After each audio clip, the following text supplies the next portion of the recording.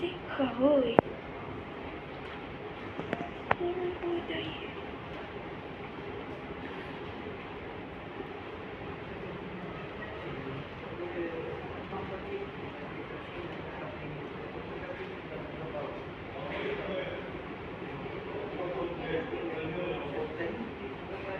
Дышать невозможно. Вы закроете кондиционеры, работают. А что тебе кондиционеры работают, я еще раз. Вот эту закрой, эту откроем. Не надо было открывать. Что такое прямо? Давай эту закроем, эту откроем и все. Прямо оттуда жара на мороз натянет. Прямо и потому что.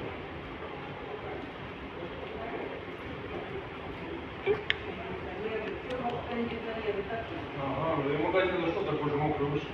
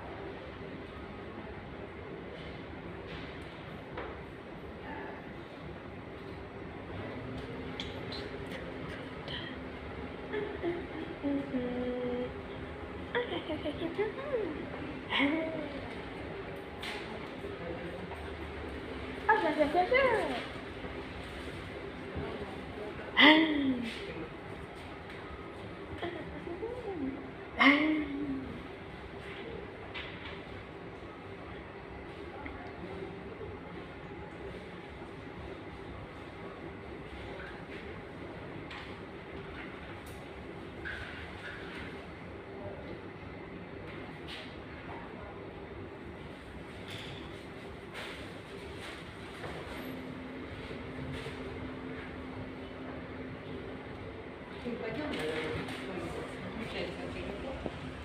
Все, заканчиваем.